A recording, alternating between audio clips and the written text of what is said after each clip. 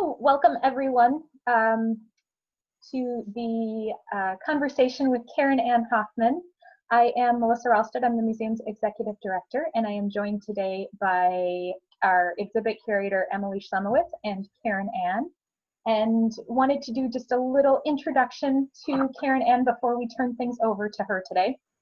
So she is a citizen of the Oneida Nation of Wisconsin. Her works are in the permanent collections of the Smithsonian Institution's National Museum of the American Indian, the Wisconsin State Museum, the New York State Museum, Indianapolis Children's Museum, Memorial Hall Museum in Deerfield, Massachusetts, Nerman Museum of Contemporary Art in Overland Park, Kansas, and the Iroquois Indian Museum in Howes Caverns, New York.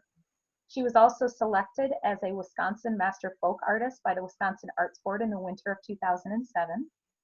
And her award-winning beadwork has been displayed at our museum, at the Mitchell Museum of the American Indian in Evanston, Illinois, the Bergstrom Mahler Museum in Appleton, Wisconsin, the Neville Museum in Green Bay, Wisconsin, the Castellani Art Museum in Niagara Falls, New York, and the Ukrainian National Museum in Chicago. She was also a member of the, I'm not sure if I'm going to say this right, Karen Ann, so please correct me. Skiniput project in Nakuru, Kenya, Africa. The project, led by Samuel Thomas, used tribal beadwork as a medium to foster peace across languages, races, religions, and continents. So she is also a friend to both Emily and me, so we are both extremely excited to have her join us today. So with that, I will turn things over to you and let you start, but we look forward to hearing from you. Well, thank you so much. I want to thank everybody at the Wisconsin Museum of Quilts and Fiber Arts for doing something that I think is kind of courageous, and that's taking an unknown situation and just meeting it head on and saying, you know what, we can't do what we used to do, but what can we do?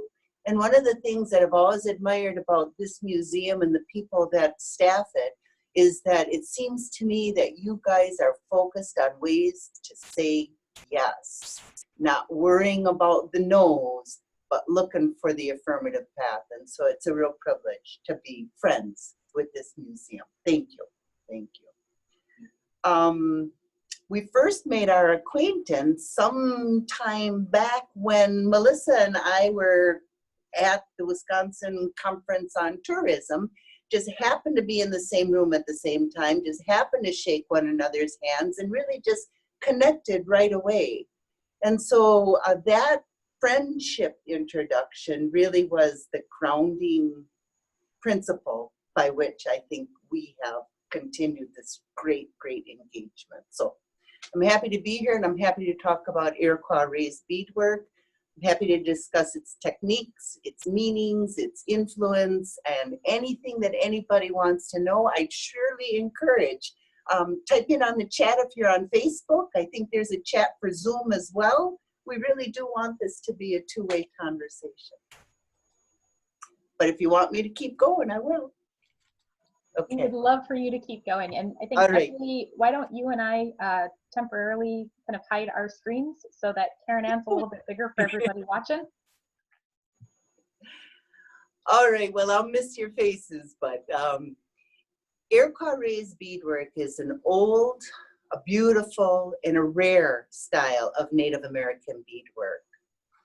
The home for the Iroquois is in the eastern Great Lakes region, around what many are familiar with by calling Niagara Falls and the Finger Lakes, although the Iroquois lived on both sides of that imaginary line that people now draw between what's called the United States and Canada. Sometimes what people call things is problematic. So I say that we call it the United States and Canada, and I use the word Iroquois raised beadwork, although perhaps you might be familiar with the terms Haudenosaunee or perhaps the Six Nations. Iroquois is a word that the French bestowed, and it seems to be popular in scholarship and common conversation.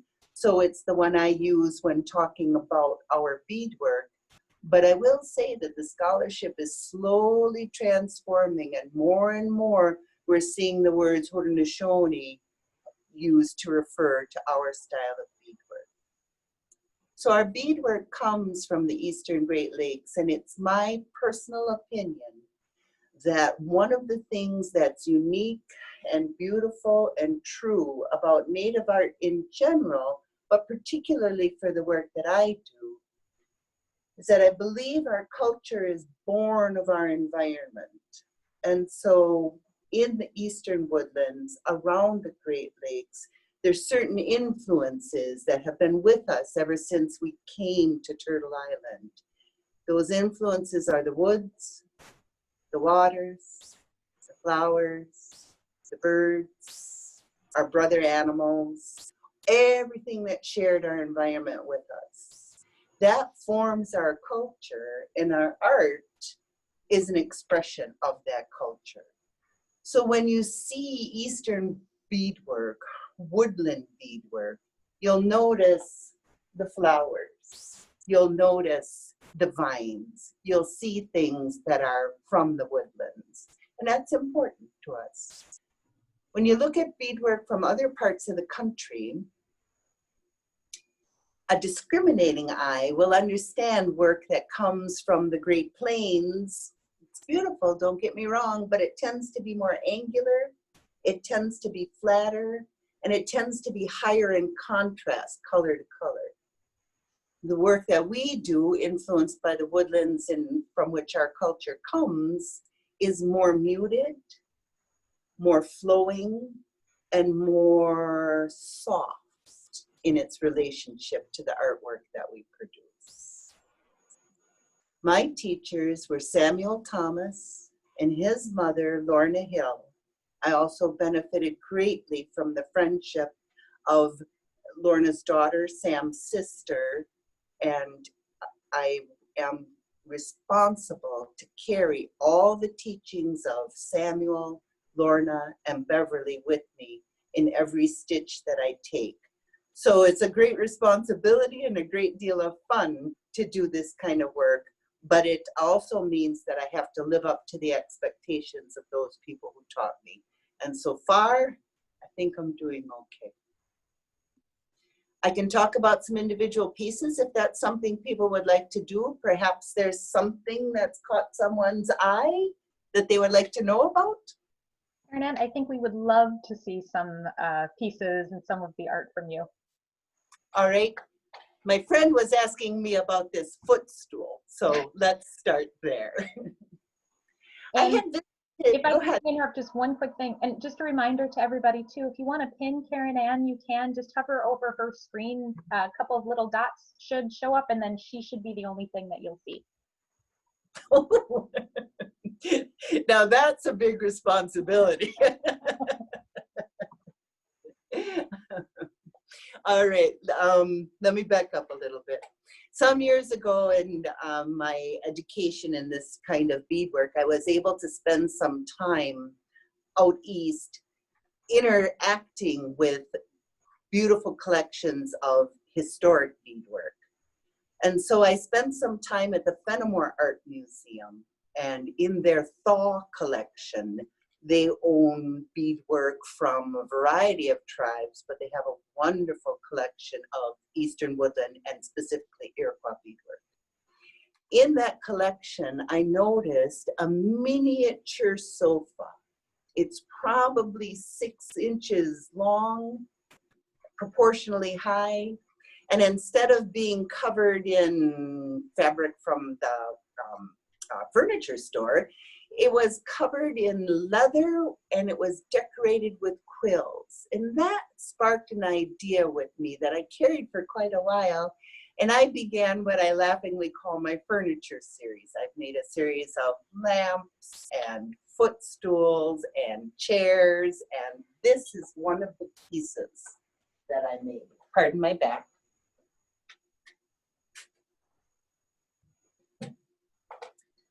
This footstool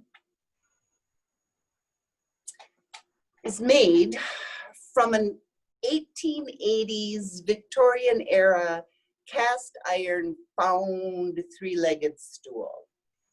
It was in terribly sad shape when I first found it, but it spoke to me. And so when we brought it home from the antique store, and I started looking at this and looking at its round shape, and what it reminded me of was a stanza that comes from the Iroquois Thanksgiving address. Let me segue to say that the Thanksgiving address is a litany of things which our culture teaches us to be mindful and thankful for. And they're all the things that help us go through life. And one of those things is our elder brother, the sun. They say that our elder brother, the sun, is with us every day. And not only does he shine down on us, but he's also responsible for all the fires that occur on this earth.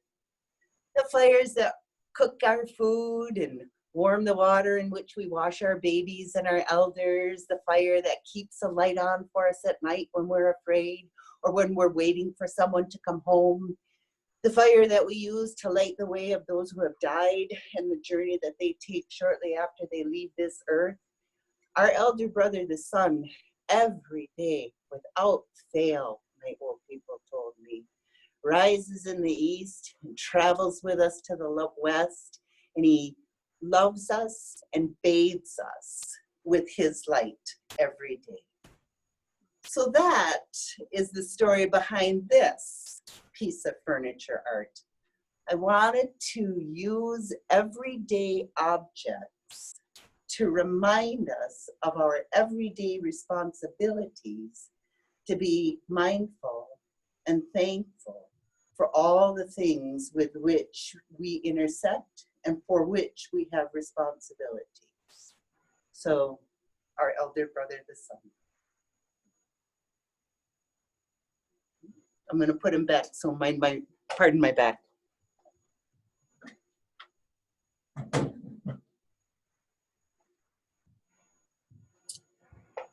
I had talked about how our elder brother lights our way and stays with us all the time.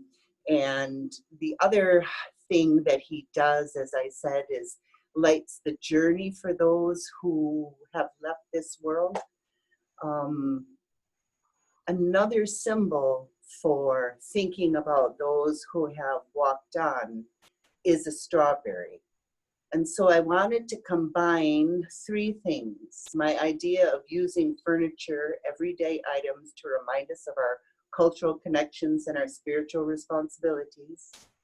I wanted to take that idea and combine it with symbols that are clearly and obviously connected to the deep, deep past of the Haudenosaunee. And I wanted to take those and I wanted to express them with raised beadwork. So one of the next furniture items that came, and again, pardon my back,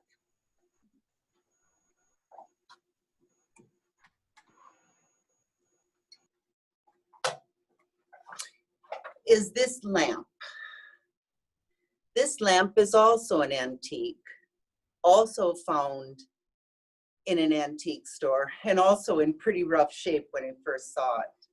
But I knew it could be resurrected, and I knew it could be a symbol for us. A symbol of lighting our way, and a symbol of the journey on which we need that light. So I spent some time recreating this particular lamp, which also comes from the early 1900s. It's an older lamp. And I've embellished it with these strawberries.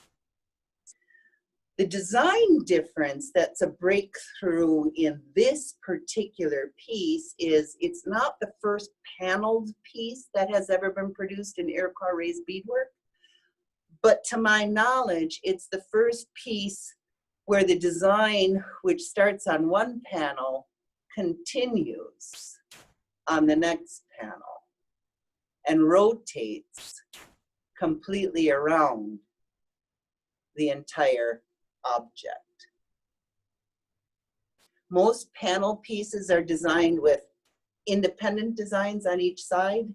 What's new about this is connecting the ideas on all four panels by connecting the beadwork on all four panels.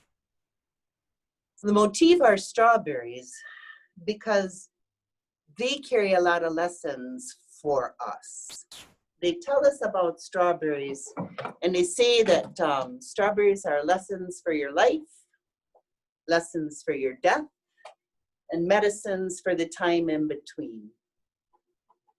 So what one of my elder friends told me was that strawberries are the first gift of the spring. They call them heartberries sometime because they are shaped like the heart, but they do rejuvenate as well. They are a medicine as well. And in the spring, when we combine our strawberries with a little bit of maple syrup and some spring water, it is a tonic and it is refreshing and it does do the heart good. So there's that about strawberries. But they also say that the way a strawberry grows is a lesson to us. They say that a strawberry grows, you know, low to the ground, undercover, not really big and bright and showy, but you have to look for a strawberry. The old lady that was helping me was telling me that that's what strawberry is trying to tell you. That's how you should live your life. You should be humble and you should be undercover, and it's not necessary to be the center of attention as long as you live up to what your gifts are asking you to do. And one of the things she said those gifts are asking you to do is the same way that a strawberry grows, right? With its tendrils, and it's always reaching out and it's always looking for a new place to set root. She said that's how you should behave. As a human being, you should always be reaching out for other human beings, always looking for a way to connect, and always looking for new places to get vigorous and take root. And the last lesson that they explained to me about the strawberry was, you know, when you pick those berries, when you pluck them, when you pull them right off of the plant, what that strawberry plant does really is it continues to grow. It gets invigorated. It becomes stimulated to be even more productive. And she told me that's the same thing with humans. If you give, and you give when it hurts sometimes, that's really a stimulus for growth. You cannot grow without exertion, without probably a little bit of pain, and that's to be expected and that's to be honored. So the strawberry shows up in all kinds of art produced by the Haudenosaunee Confederacy. And I'm always happy to share those stories as I learn them. So I thank you for your listening there. And Karen Ann, we have a question for you. Is your work always on a dark background with light beads, or is that just the way it's done, or is that your choice? There's a lot of different answers to that, and I'll give you all of them because we have an hour. But if you go back to the time of first contact, the early 1600s between the Haudenosaunee and the Dutch, and you take a look at the trade goods that were exchanged at that time, you can notice a couple of things. The cloth trade goods tended to be one of two things, either calicos or trade cloth. And that trade cloth was often blue woolens, black woolens, dark dyes were cheap dyes, and so those were the gifts that were exchanged between the Dutch and the Haudenosaunee, less expensive dark dyes. So that dark color palette hangs on in my work. There is a contemporary movement that is blessed with the dye mills of today, and there is turquoise velvet and yellow velvet and amazing oranges and all of these colors that you can choose from. And I'm okay with that, but I think I tend to be a bit of a traditionalist, and I go back to those dark colors time after time. In terms of the white beads or the light colored beads, those two go back in history as a particular preference. My teacher was sharing with me something he saw in the early trade records between the Dutch East India Company and the commanders here on American soil asking for supplies on the next ship. And what the commander asked for was the Indians, he said, want white beads. So please send more white beads. Again, as time went on and things change in technology, more colors get introduced, but I tend to stick with the dark cloth against those light colored beads. It reminds me of the early days of this style of beadwork. And I then hope that explained it. I think that did. And then another question, where are you? So we have a few that are wondering, is this your studio or is this, what kind of space are you in? Well, you know, I live in a lovely community of Stevens Point, Wisconsin, and I happen to live west of the river in an agricultural area, and I live in a house that is clad with steel siding. And so between its semi-remoteness and its steel siding, my internet capacity is very poor. So I've driven into town in Stevens Point, and I'm making use of a facility called Create Portage County. It was an idea that an industrious artist and community supporter had to create a place where everyone could come and create.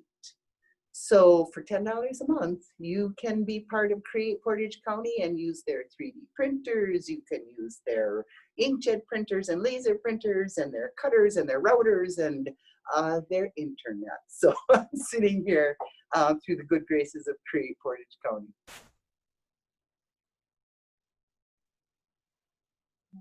What else? More questions or more yapping? Just wondering about some more of the pieces that you have that are tucked behind you. This way? Either way, actually. Let's keep going with strawberries. I got to think one more for you guys.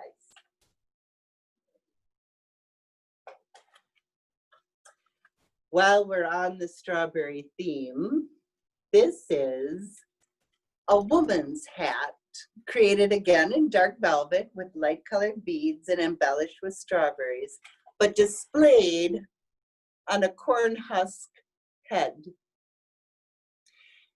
The corn husk head wasn't chosen at random. There's a long history of doll making in the Iroquois community. There's a long history of farming in the Iroquois community. And key in that farming is the growing of corn. So they say a long time ago that in the towns, the people were working, and they were working really hard in their gardens. And they were working so hard in their gardens that they became a little angry, a little disgruntled. They weren't laughing, they weren't singing, they weren't dancing like they should have been. And they say that Spirit of the Corn looked down and she saw the people working so hard in their gardens growing this corn, but they weren't happy. And so Spirit of the Corn was disappointed about that.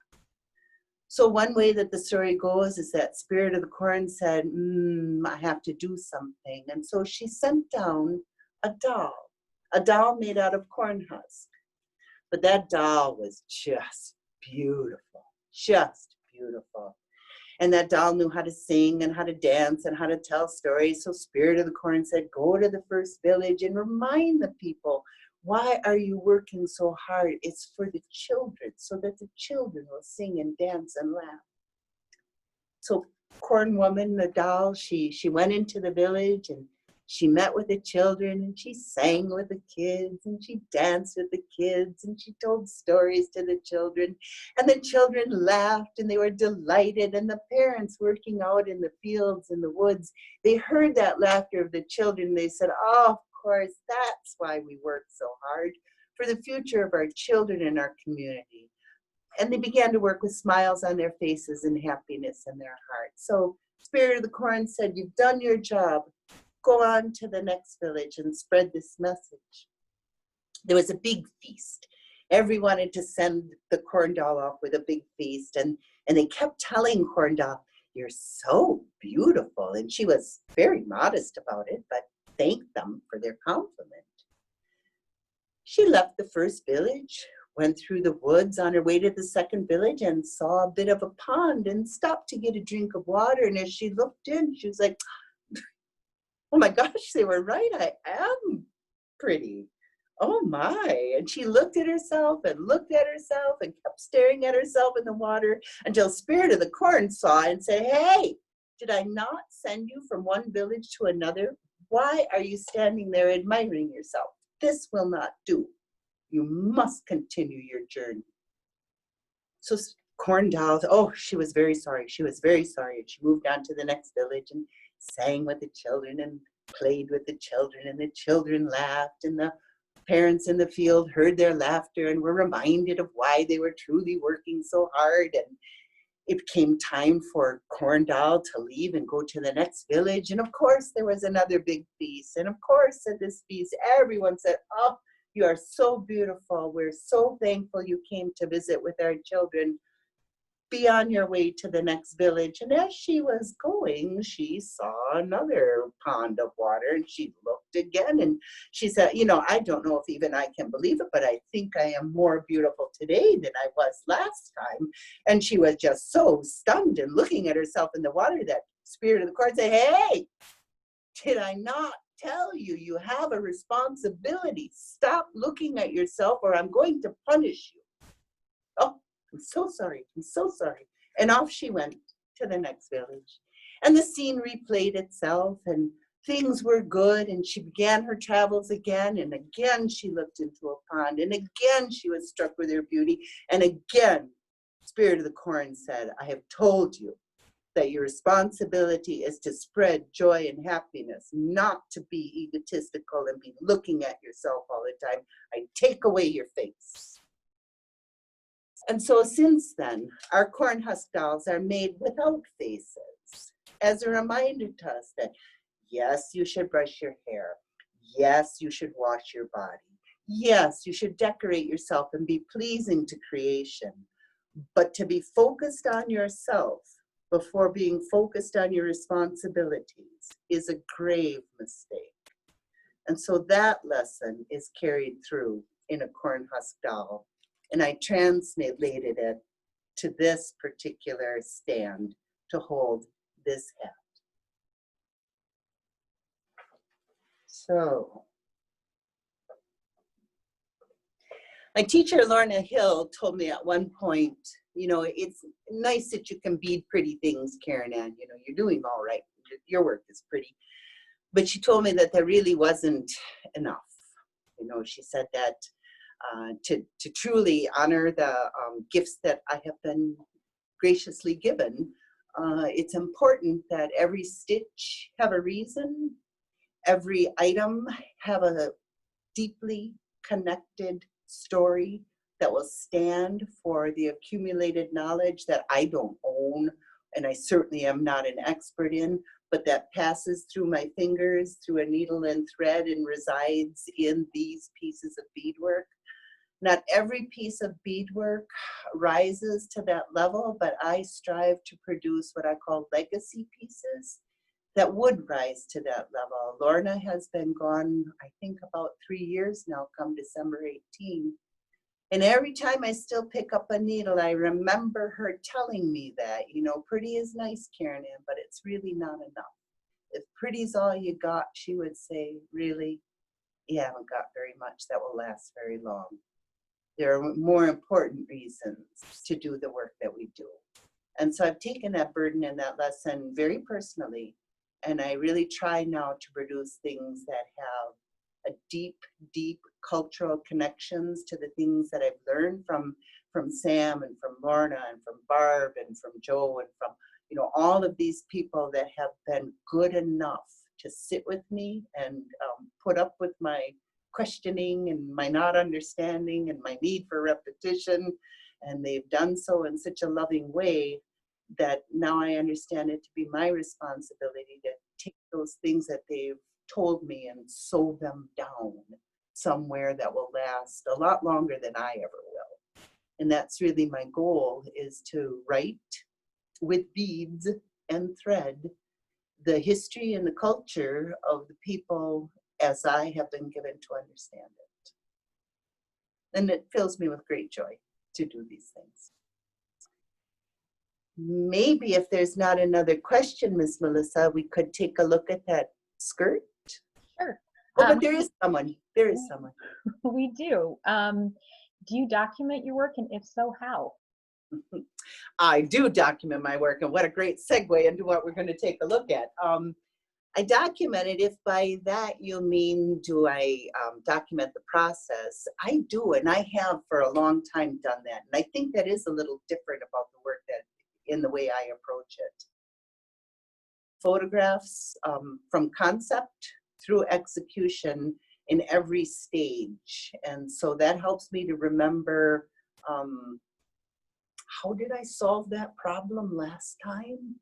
And it keeps me interested in the progress. There was a particular piece that I was making at one point that I was sharing on Instagram as I was making it. And I was pleased and surprised about how many people wanted to know each day how much further I got. And I would get messages from some friends of mine, Misty and Coral, why are you not beading today? So I do, I photo document. And what we're gonna look at now, I think, is a skirt that I've recently finished, and what you'll see is part of the photo documentation process. So, thank you. I received a call from my good friends out at the Iroquois Indian Museum in Howell's Cavern, New York, about 2 years ago. They developed their museum designs just like the Wisconsin Museum of Quilts and Fiber Arts does, long in advance of when the exhibit actually shows up. And the exhibit that they were going to produce, and to which I was invited to contribute, was one that was going to be called Roll Call, or How Do I Fit In, or something of that nature. But they wanted to explore the idea of identity in Indian country. Citizenship in a Native nation is a very simple and a very complex situation. Every nation has the absolute right to determine who they consider to be their family, their tribe, their nation. No one has the right to determine that for them. So different Native nations have taken different approaches to how they are going to address that problem.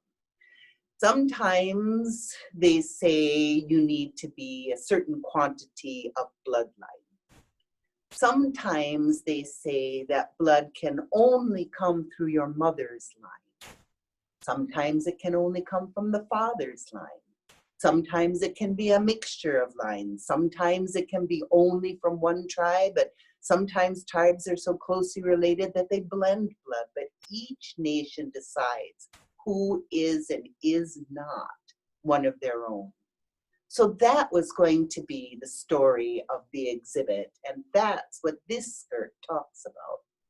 So let me tell you what you're looking at. The skirt on this mannequin is made in a very old school classic Iroquois style, based on a Caroline Parker skirt collected in the 1850s. It's made from a single piece of dark wool, and the dark is intentional. The wool is an English Sheffield wool, which was a gift to me from my teacher, Samuel Thomas. In the 1850s, they made their skirts by taking that length of wool, about a yard or so, wrapping it around the body, tying a tie around the waist, and then folding over the top of that tie. So the ribbons that you see are sewn onto one side of the piece of cloth.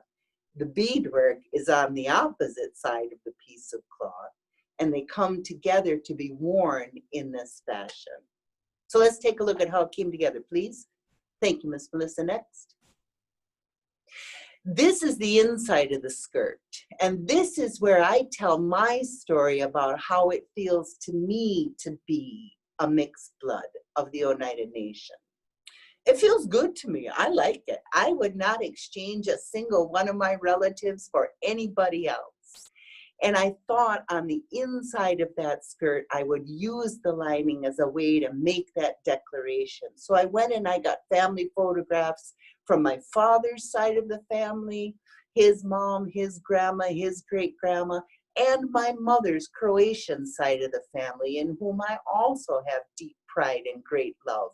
And so my grandma Steffi is there, and her mama Antonia is there. There's pictures of my mother as a child, and then we see my mother and father as they were 15 and 18 years old in Milwaukee, Wisconsin, dating, and then later getting married, and then having their own family, and I come into the picture, and I feel fully connected to both sides of my family. And like I say, I wouldn't have it any other way. But that's what I wanted to show with this skirt. Outside, obviously Iroquois, deeply connected. The cultural resonance is obvious to the Caroline Parker skirt. But inside, like with any human being, you don't really know what you're looking at until you take the time to look inside of a person. So next slide, please.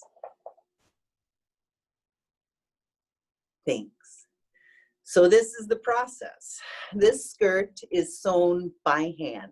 All the beadwork that I do is entirely hand sewn, stitch by stitch by stitch. You can see a little bit of cotton thread there, and you can see a small steel needle, and those are the tools that are used to execute this entire process. Next slide, please.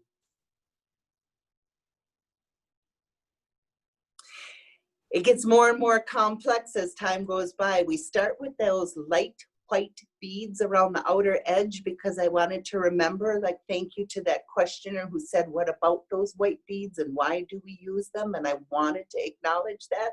But I also know that I live in a contemporary society that has more colors available to it now. And so I wanted to celebrate that. And I added in then different colors of beads stitched onto different colors of ribbon, but always hand stitching, stitch by stitch. Next slide, please. After probably a year of stitch work, this is the result for that skirt. It's by no means finished. It's now only ready to begin the raised beadwork process. Next picture, please.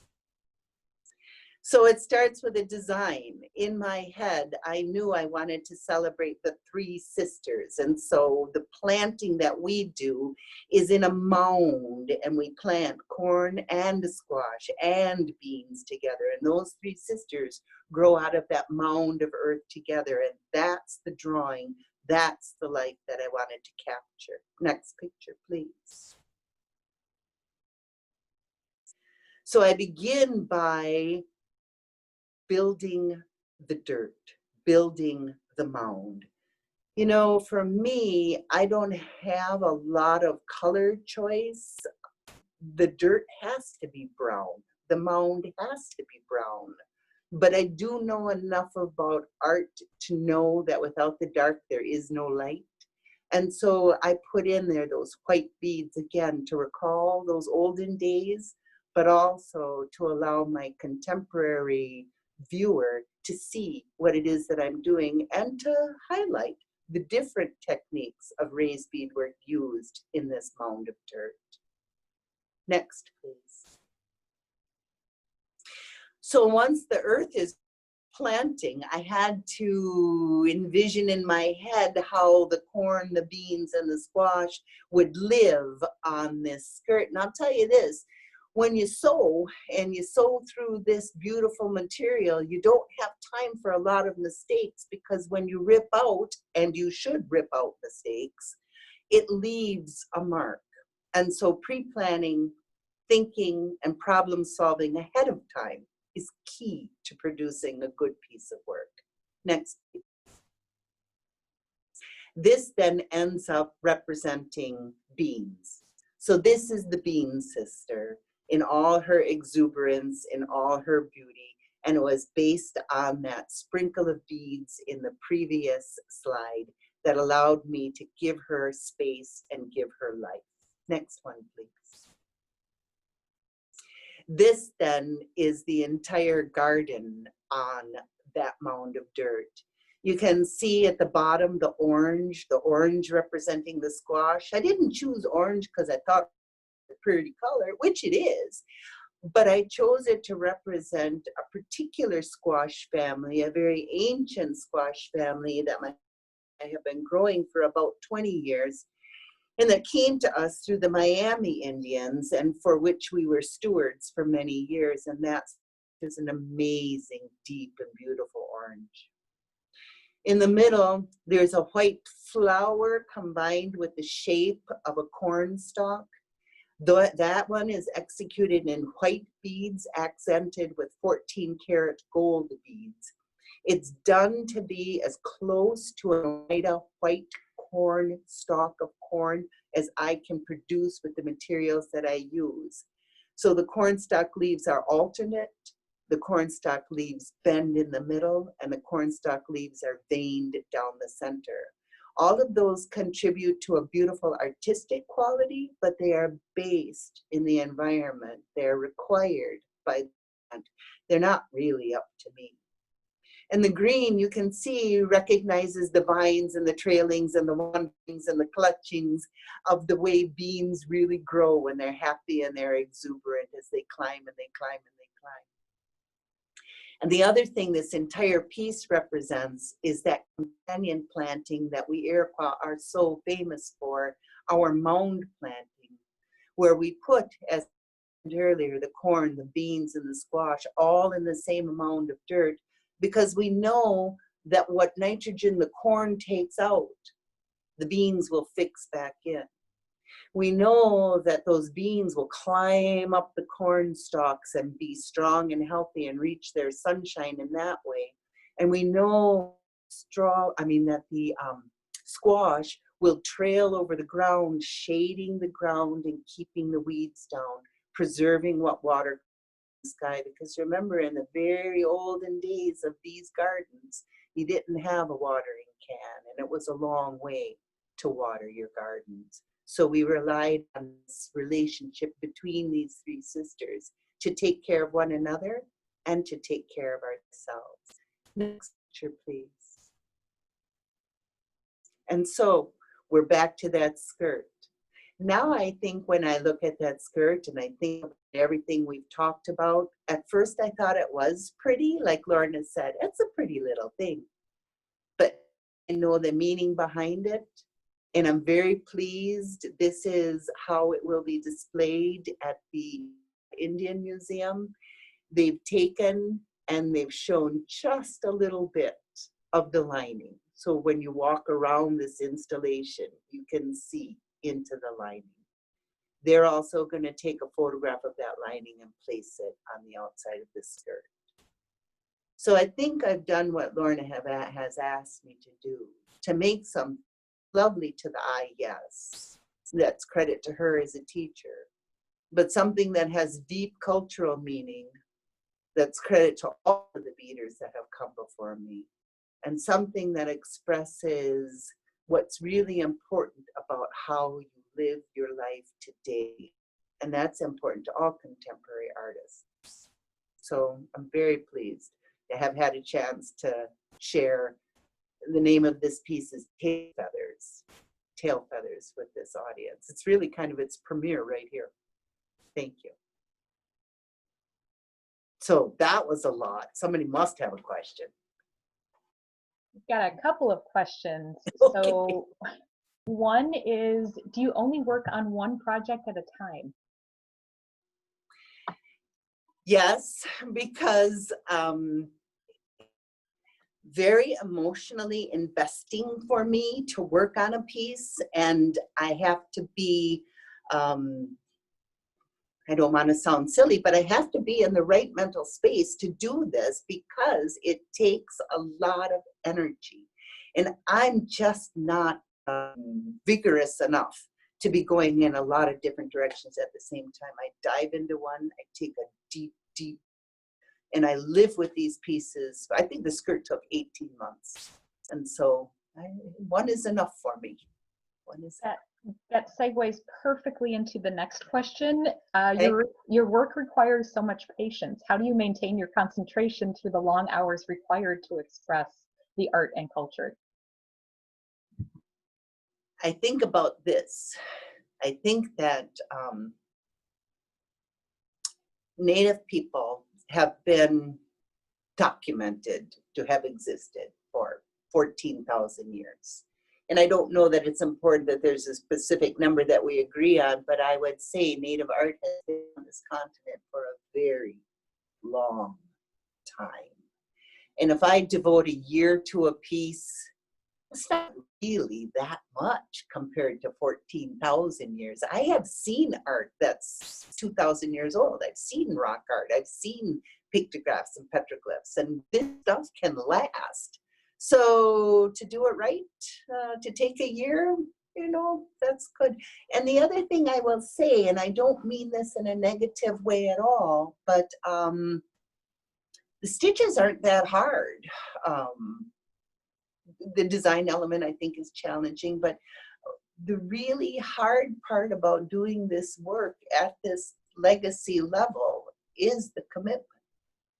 Beaders come and go, and they make beautiful little things. And like Lorna said, beautiful little things are beautiful little things, and the world is better off with some pretty things in it, baby. But the dedication, the commitment, that's what it takes for me to live up to my responsibilities to Lorna, and I have to do it. I grew up, my father was a great skill, and I would wake up in the morning before school. I could hear him practicing. He would go off to his job as a music teacher. I could hear him because he taught in the basement of my school. I could hear his music. I would come home and he would be playing again. We'd have supper as a family together always. And then I would hear my dad in the studio late into the evening. It was modeled for me that when you do these things, it's your life. And your family loves you for it. Can you talk a little bit more about the specific technique? So what exactly is raised beadwork, and how do you do it? Right? Not that hard. Pretty simple tools, you guys. Really tools. You need a needle. That's probably backwards in this view, right? But it's just a little steel needle. It's a very small needle. It's a John James Sharps. It's, as you can see, not very big. Use some cotton hand quilting thread. I prefer Coates and Clark. But I suppose you could use any 100% cotton thread that you choose. You need some beads. I always buy Czechoslovakian beads. I never substitute from any country. Czech beads are the beads of choice. 100% glass. We do not bead with plastic beads. And then you need a little bit of fabric. Our preferred fabric is, with those really simple materials, you have everything you need to do to execute this. So the way it's done, you guys, you saw on my drawing on tail feathers that there's a picture that you follow. And in this particular case, that picture is of a strawberry. What you do is you bead in one direction first, and then you overbead it with a second line of. I always say you get to do your beadwork twice, so you better love it. On the back, those who sew a lot will see, here's the underlying structure of beads, this more vertical line, and then the overcasting. And that's the technique that's used to produce all of this work. That's really all there is to it. The hard part is getting a design that's never been beaded before, which is what I think a person should do, and figuring out all the challenges in that particular shape, which is what I think is fun to do. And then that's the reason for documenting it. So if you ever do decide to bead a second deer, how to solve some of the problems that it presented to you the first time.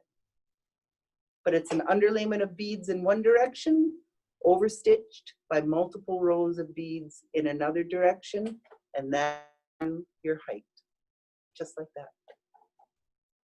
We'll totally do a workshop at the Quilt Museum when this whole COVID thing is done. I think we would absolutely love that. I'd love to have you back. We did have one. You did join us for one, but it's been over a year now, and I think everybody just had so much fun with you, and so much fun doing it. So I think we'd love to do that again. And I just got a message from Devin. Devin's response was "Yay!" So, a question from me actually. With you mentioned some of the pieces that you chose to bead were things that you found, or like the corn husk that had a specific motivation behind it. What about some of the other pieces you have behind? How do you decide whether or not something's a garment, or that you're beading on a purse, or some sort of headpiece? How do you make that decision? I don't make the decision, the piece makes the decision, and I'll give you an example. Dreaming. So I started out thinking that what I was going to make was a simple headpiece. Headpieces are common regalia in powwow culture for Haudenosaunee people. You see them all the time, and so I thought, I should make one of those just so I've done it. But as I made it, and as it took on a more complex and a more enriched, more over-the-top nature, I began to understand that she wasn't happy just to be a piece of headgear. And I had a dream one night about this space. And so I dreamed about this space.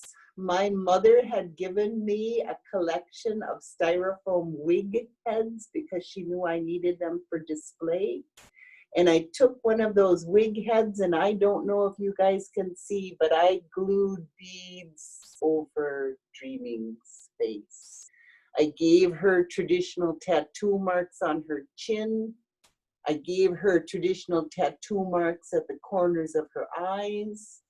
I pinned her eyes shut in her dream, and I gave her just a bit of a smile because it's a good dream, I think.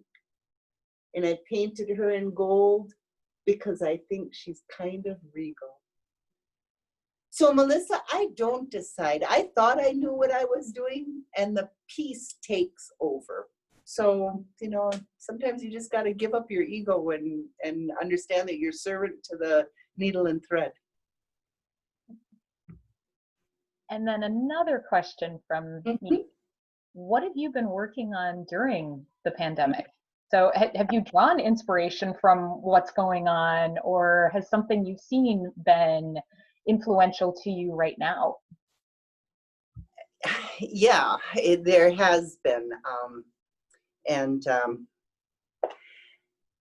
So this story goes back a long way, and it's been sitting with me for a couple of years now, and it's got me upset, and it's got me upset to the point where a piece of art is coming out of it because it's the only way I can understand to resolve this anxiety that I have. It's become known to me that here in Stevens Point, Wisconsin, our university, from which I am a graduate, is built on top of a burial, of a native burial. And so the story of that burial in a nutshell is this. In Wisconsin, before the treaties of the 1840s and 50s, there was great dislocation of a lot of Native communities. We Oneida were here by then. We'd been coming in 1820 and later, but we didn't have a home. The Menominee were displaced from their original homeland, the Ho-Chunks, the same thing. The Chippewas, who came 1,000 years ago, were losing their land base around Lake Superior, and everybody was jumbled up as settlement came.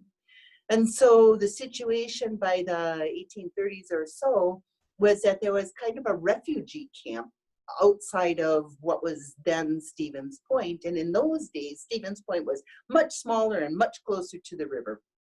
And there was a practice that the refugee camp natives were not allowed into town. And that was fairly standard across what was Wisconsin at that time. Well, in the Stevens Point community, scarlet fever broke out. And somehow, we don't know how, but we do know from historic records that scarlet fever transferred from the Stevens Point community to the refugee camp. Doctoring did not transfer from the Stevens Point community to the refugee camp. And the records are unclear on this, but we know that somewhere between 40, 50, 60, 70 Indian people in the refugee camp perished from scarlet fever.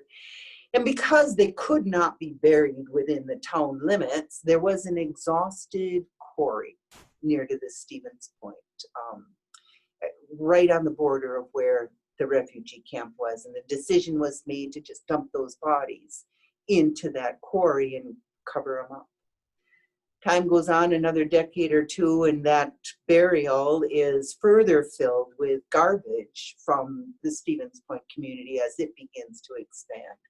And so there's an exhausted quarry with 30, 40, 50, 60, 70 bodies in it, and that gets covered up by a bunch of garbage, and the land around that area begins to be sold, and the houses are built, but no one will buy this particular piece, because we have interviews with survivors from the day who say that everybody knew it was a burial ground and no one would buy it.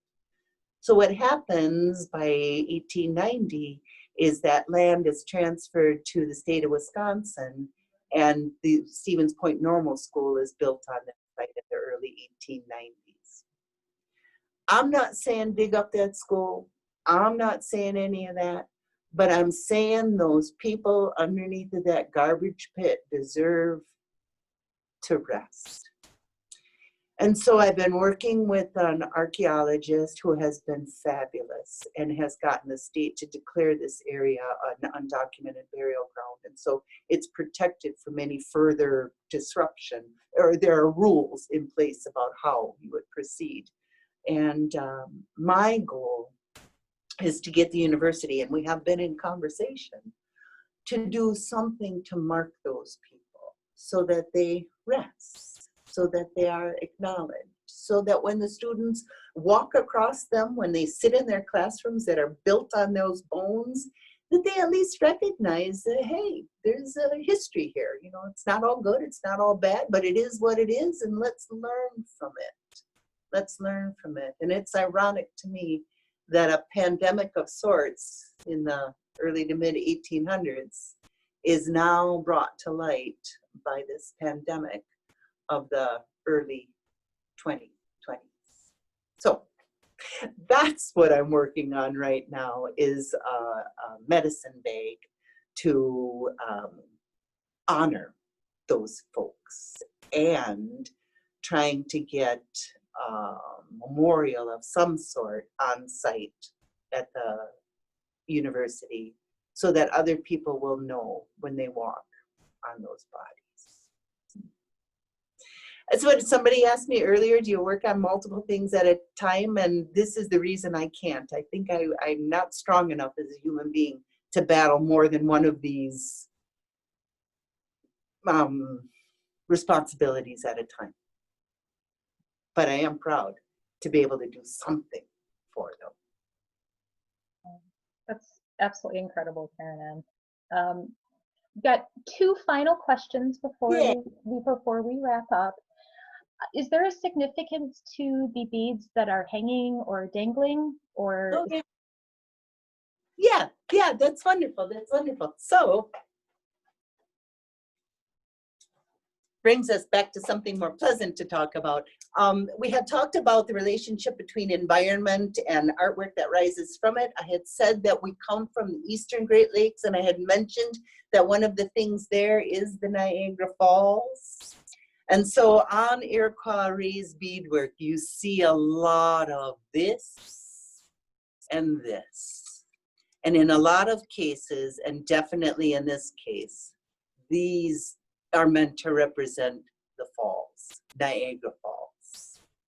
This is meant to represent the rain. And this is meant to represent being home no matter where you are, because you know who you are. So that's the dangles. For me, they're water, and in particular, Niagara Falls. Was there one more? There is one more. Somebody was asking where they can find more information about some of the stories and histories that you're sharing. Are there resources that you'd recommend, you know, for somebody wanting to find more information, wanting to find out more? Yeah, there are, and I would say that